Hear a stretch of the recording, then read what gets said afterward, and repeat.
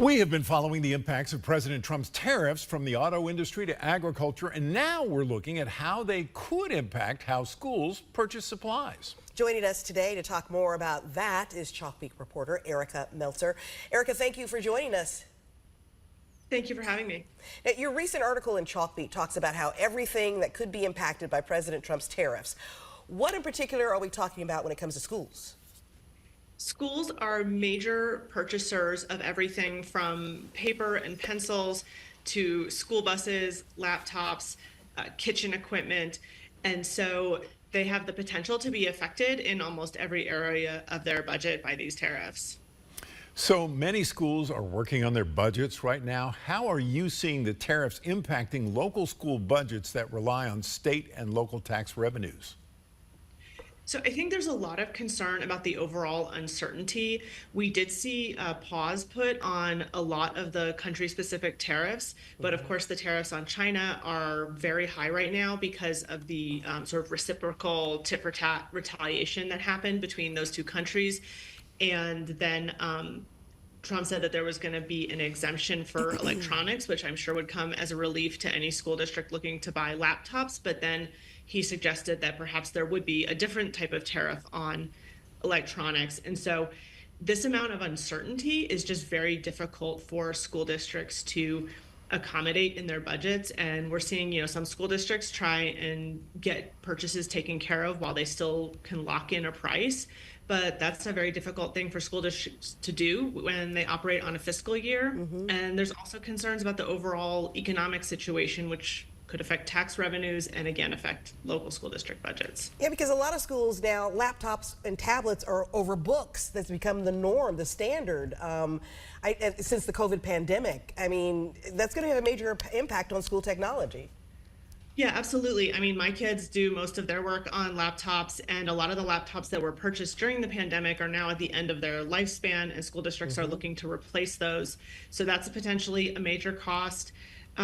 They also might try to extend the life of those laptops by doing more repairs, but the parts that they need for repairs might also be subject to tariffs. And we're seeing that kind of ripple effect across everything that schools purchase. A lot of books are printed in the United States, which is great.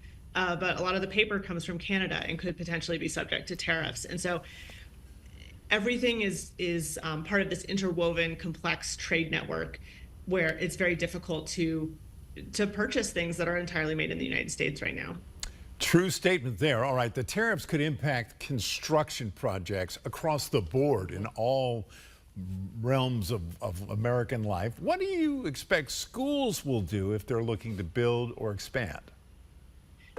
So I think that schools that are looking to undertake projects in the next couple of years are going to really have to think twice about what they can afford.